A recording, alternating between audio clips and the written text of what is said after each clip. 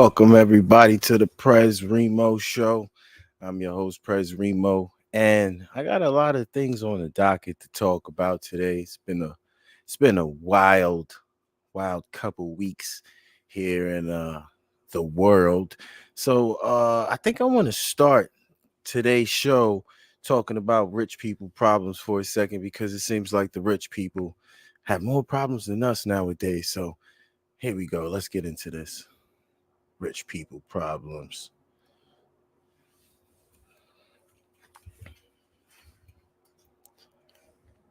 So, as we all know already, Kendrick Lamar has yet to respond to Drake. Unless you've been under a hole somewhere, Drake's been out here just antagonizing the man over and over and over again. And I'm wondering, just like everybody else, is niggas gonna respond to Drake? Like Rick Ross, he said a little words or whatnot like that, but at the end of the day, I mean, ain't nobody was really looking for a Rick Ross verse in 2024. But we are waiting for a Kendrick Lamar verse. But I've been talking to people out here in LA who, they say they know Kendrick, they grew up with Kendrick, they know him from back in the day or whatever the case may be, and they saying he's probably going to drop as he prepares his album. So I guess we got to wait for a Kendrick Lamar album before we get a Kendrick Lamar diss at Drake. But I'm going to share my thoughts personally on the AI shit because, I ain't really like the AI thing, but it was creative and I can't take that away. It was very creative what Drake was able to pull off with that AI, the 3 verses, all that, but it's AI at the end of the day. You know what I'm saying? Like at the end of the day, as an artist myself, someone who creates music, I don't want to see that shit. You know what I'm saying? Like I don't want people to think, oh, it's okay. Yeah, we just gonna start stealing tracks from people all over the place, and that's not cool. So I think at this point, Drake got to come a little harder than what he's been doing. The creativeness is cool. The different things you saying is cool. But at the end of the day, I think Kendrick's got something up his sleeve. So I don't mind waiting a month, 2 months for Kendrick's response at this time. And Drake's situation, I was on some, I don't know. But, I guess we're going to have to wait and see on that level. You know what I'm saying? But at the end of the day, that's definitely something I think the people that love hip hop music needs to, focus on. But staying with celebrity problems and rich people problems and whatnot, celebrity news, I want to play this clip that popped up on its timeline from Club Shay Shay, where he was, him and Amanda Seales was talking, and she was explaining the situation she went through as a kid, and Shannon Sharp just kind of just brushed it off to the side. And I got some thoughts about that. So here's the clip right and here. I was in the situation at Disney. I was there as the only black girl. Okay. And there was a whole crew. It's like 12 of us. And so I was called an N-word right there while I was there. And I was also bullied while I was there because I was told that you're only here because you're black. You can't really dance. You're just here because you're black. So don't get any ideas. So that's what I'm being told by the other children. Does that suffice as racist to you, or would you want to call it something else? Is that just kids being mean? The kids. So let me ask you a question. As a child, you never said anything derogatory? You was just this model citizen as a child? I mean, children. Now, we're talking children, not functioning adults. Now, if you told me the adults, parents were telling you this, or the execs or people that are in charge of Disney are telling you this, I could agree with it. But at 89, you're probably 8, 9 years of age. Maybe younger. So you have no problem with the children that were cursing out Ruby Bridges and the Little Rock Nine? You think do you think that was just them being kids? Two things can be true. Kids can be kids and not function as an adult, and things can be wrong. And sometimes when kids say things, they're repeating what they heard their parents say. They don't know it's wrong. So what about the children who are receiving it? that know it's wrong. Does that not matter? Yes. So if I'm 10 and I'm receiving that treatment and I know it's wrong, does it make my experience of it less? It doesn't make it any less valid. No. So that's what we're here to talk about. My experience. Yes. So my experience is that I experienced that and it was difficult. So that's the valid part of this. I'm not here to protect those people because it's irrelevant. I mean, I'm just going to share my opinion right here, and everybody may not agree with it, but some people don't need to be doing interviews that requires death. Some people don't got that in their tank. There's just not in their repertoire. You know what I'm saying? Like, and Shannon Sharp is one of those. Like, stick to sports. You know what I'm saying? I love his sports takes. I mean, some of them be really hot. I mean, hot, spicy, but conversations like these, I don't think he has the depth for them. For him to even think that it was okay to be like, you know what? Maybe they heard it from their parents. I mean, kids aren't dumb. Kids aren't dumb. I know kids these days are a lot more faster, more smarter than kids back in the day, maybe. But yeah, maybe. Hard maybe. But at the end of the day, they understand when something is derogatory. You know what I'm saying? I'm sure they heard it in a derogatory manner. They ain't hear it just saying, oh, nigga, just all day. Hey, nigga, popcorn, nigga, soap. No, it never went like that. It was clearly used in a derogatory manner. So with that being said, Shannon's thought process there was not there. You know what I'm saying? He needs to stick to doing things that he's better at, and part of that is sticking to sports. You know, stay away from conversations that require you to use your brain. I mean, that's the best way I can put it. I love Shannon Sharp. I think he's great for a lot of things and media, but stick to the sports. Like I said, stick to the sports. Club Shay Shay's cool. Get an entertainer on, let him rant for a little while, whatever. But when it gets to real conversations, I think he needs to just tiptoe out that water. And I'm sure a lot of people agree with me. But we need better journalists for our culture, because these niggas is terrible. I mean, there's a lot of people on the list. It's not just Shannon Sharp. I think Nori's kind of another one who you could tell he didn't do a lick of journalism school. It was just he got himself a microphone, a camera, and went on YouTube and just went ham. So he definitely has to work on that. With that being said, we all know it's an election year this year, and we have two great candidates. We have President Trump, and we have President Biden, former President Trump, and President Biden, or whatever they are. You know what I'm saying? At the end of the day, neither of them should be running for president. And here's why. Okay? Imagine what we can do next. 4 more years. Pause. 4 more years. 4 more years. 4 more years. Now, I don't know if saying 4 more years, we have to say pause or no Diddy behind now. I did not know that was a new thing, but I'm quite sure that man was reading off the teleprompter and forgot that he was supposed to stop when it said pause, not actually continue reading it.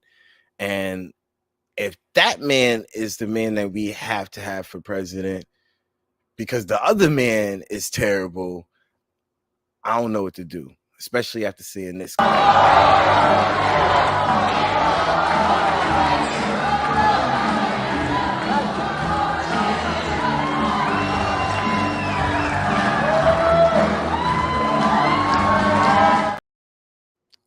Whose hand was he shaking? Who was he going to talk to in that moment? What was going on? Can someone explain to me what was happening? Who was he going to talk to? Was there a ghost over there? Was he seeing Martin Luther King or somebody like that? Because I truly don't know what was going on. I truly don't know what's going on. So with that being said, I think we need to discuss candidates. Like, why are they the only two viable candidates for this job? You sure there's nobody else available? Nope. Look at us. No one else is available. But if that's the case, then I guess we are stuck with a decision between the Antichrist or Joe Biden. So it's gonna be a very, very, very weird election year this year. But I hope everybody out there goes out there and exercises their right to vote that we fought so hard to get to have two great candidates like this. You know what I'm saying? But while we staying in the politic reign, I want to talk about Joe Biden's decision to sign a TikTok ban. Now, me personally, I'm not a TikTok fan. I'm not someone who goes on a tiki-taki, whatever you guys want to call it these days, and look for my likes and whatnot like that. I'll just be doing this shit. I'm just here. You know what I'm saying? But um, at the end of the day, I don't see why that's the most important thing. I posted a tweet earlier that said, it's crazy how we got a TikTok ban before we got gun reform. Everybody was all in favor of knocking out this TikTok ban, but there continues to be mass shootings around the country because we're just allowing anybody and any old body to have a gun and heavy machinery that you really don't need, even if it is to protect your land. I think that's it's a load of crap shit. So I do believe that we need to be focused on more important things, and I think this person hit it on the head. Here's this tweet. How can I put this up? Give me a second. I don't even know how to put the tweet up, but the tweet says something about. Actually, I'm gonna read the tweet for you. Give me 1 second. I'm gonna pull it up. So the tweet said, the government, if you salary and work for 40 hours a week, you'd be eligible for overtime. If the airline cancel your flight, lose luggage, or delay flights, you will be given an automatic refund. Non-competes are now void. And everybody was in the uproar because they banned the TikTok.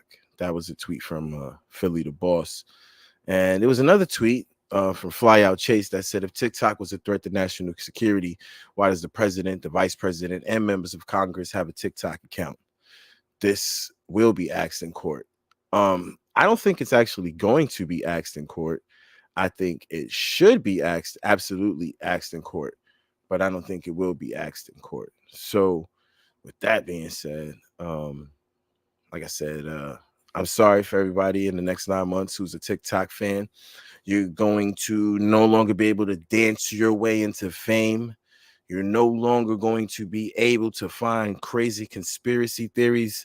But if you are looking for conspiracy theories, you can tune into my show, because I will have a segment that will be called Tinfoil Talk, where I will listen to or read off some dope conspiracy theories that I think are either could be true or, are just so stupid that, I just want to make fun of it for the moment. With that being said, we're going to get into our last segment before I get out of here. This one's for the love of the games, where I talk about some sports and catch you guys up on what the happenings in the sports world, or at least my opinions on them. So let's get into that.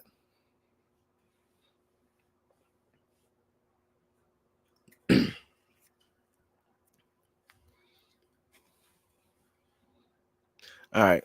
First and foremost, I want to be one of the ones to say I am happy Reggie Bush is getting his Heisman back. He should have never lost it in the first place. Pay those men. Pay them the money that they deserve. And I'm glad they are getting paid through NILs now. And I'm glad because of that, my man Reggie Bush is getting his Heisman Trophy back. Reggie Bush now, for instance, if you don't know who Reggie Bush is because you've been under a tree or you think he just married Kim Kardashian or was dating Kim Kardashian at one point in his life, then yeah, you need to go on YouTube and just type in Reggie Bush 2005 USC and you will see the best college football player to ever put on cleats. I know everybody's gonna say, "Oh, it might be this person, it might be that person." I don't care. Reggie Bush is the greatest. That season was one of the greatest college football seasons you will ever see. I hope they give SC back their trophy. I'm not even an SC fan, to be honest with you. I'm starting to slowly, become an SC fan, being out here in LA, but nah, I'm just a Reggie Bush fan, and Reggie Bush deserves to have uh everything for that year he put on. They need to give him back his USC championship. I'm glad he got his Heisman back. I'm glad a lot of people are happy he got his Heisman back. Johnny Manziel was definitely outspoken about him getting his Heisman back. So I am absolutely happy that he's getting his Heisman back. And that was like the big sports news for me today. I don't really care about nothing else besides, my Knicks 2-0. 2-0. Yes, we might. I don't think we're gonna sweep the Sixers. I think they're gonna get one, but we're gonna get into basketball. I'm gonna get into some draft predictions, but they're not really predictions. I'm just gonna give you my first five because I do believe that Caleb is going number one tomorrow night to Chicago. I do believe Jaden Daniels goes number two to the Commanders. Drake May ends up in New England. But then it gets tricky after that because I've been reading a lot of the mock drafts and whatnot, and some of these mock drafts got JJ McCarthy, the quarterback from Michigan, going number 4, which is just outrageous to me because I think he's as much as I think he's a good quarterback, I think he's going to need time to develop, and I don't think you draft a development quarterback that high in the draft. But some teams going to reach out for him. So with that being said, I think he might end up someone's going to trade up to get him at 4, maybe the Giants. Marvin Harrison Jr. is the weird pick because, yeah, he's probably second best player in the draft, but not a lot of people are prioritizing wide receivers. Now, if Marvin Harrison somehow slips to 9, I do think you pick that man up, Chicago. I do think he ends up in Chicago. Because if not, and he finds his way to number 10, if my Jets don't pick him up, they some bastards. All right. They some bastards. And I'm gonna tell you that here. Right now, they some bastards because they're not gonna do it. They're gonna do some other shit for Aaron Rodgers, who I don't even want to be my quarterback. If he brings us a Super Bowl, I'm a Jets fan. Yes, I'm gonna be happy. But I hope not. I hope not. I hope we draft a quarterback ourselves. Anyway, we're gonna get into some basketball. The Wolves Sun series is going exactly how I told people it was gonna go. Anthony Edwards' time is now. Anthony Edwards' time is now. Y'all gotta give Anthony Edwards his props. LeBron's going out. He's still playing ball, and I'm not saying he got to just pass the torch, but Anthony Edwards' time is now. He will be the face of this league. It's going to be him, Wemby, and Luka for a long time. All right. But Anthony Edwards is him. Even with a bad game on game 2, I do believe Anthony Edwards is going to be the face of the league soon. And I do think the Wolves will sweep the Suns, which is crazy to think because they got Bradley Beal, they got Devin Booker, they got Kevin Durant. I think the series does not leave Phoenix. I think Minnesota goes down there and wins too because that defense is smothering, and that's that. All right. And then my last thought for this show, and then I'm gonna get out of here. Why is Kyrie Irving not on the Olympic roster? Kyrie Irving is one of the best basketball players in the world. fuck just the United States of America, in the world. And I do believe that you give that man the opportunity to play for the country of the US. Now, it might be his decision not to play, and I'm just not privy to that information. Not yet, at least.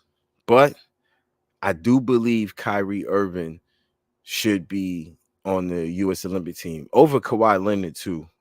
Like, how do we even know Kawhi Leonard is going to be available to play in the Olympic tournament? Like, let's just be honest. He plays the whole NBA season, and now he has no off season because he has to go play for the Olympic team and then plans to play next season. That sounds like outrageous to think Kawhi is actually going to be able to do something like that. So, if that is the case and that does happen, I don't know. Does the Clippers open their season next year with just Paul George and not uh what's his name? Kawhi Leonard? Is James Harden still going to be there? Is Russell Westbrook going to still be there? So I don't know. We shall see. You know what I'm saying? We should see. But it's a travesty that Kyrie Irving is not on the Olympic basketball team. You know what I'm saying? So someone got to fix that. Someone got to fix that. But yeah, I'm getting out of here. I thank you for everybody who tuned in today. I will be back Friday. Probably gonna have a longer show too. Still working out the kinks of everything. This was my first live stream, so I'm still learning how to navigate this whole software thingy. But I definitely thank you guys for tapping in. Make sure you like, comment, subscribe, watch it back, share with your friends. But I appreciate you guys. I will see you guys on Friday. Have a good one.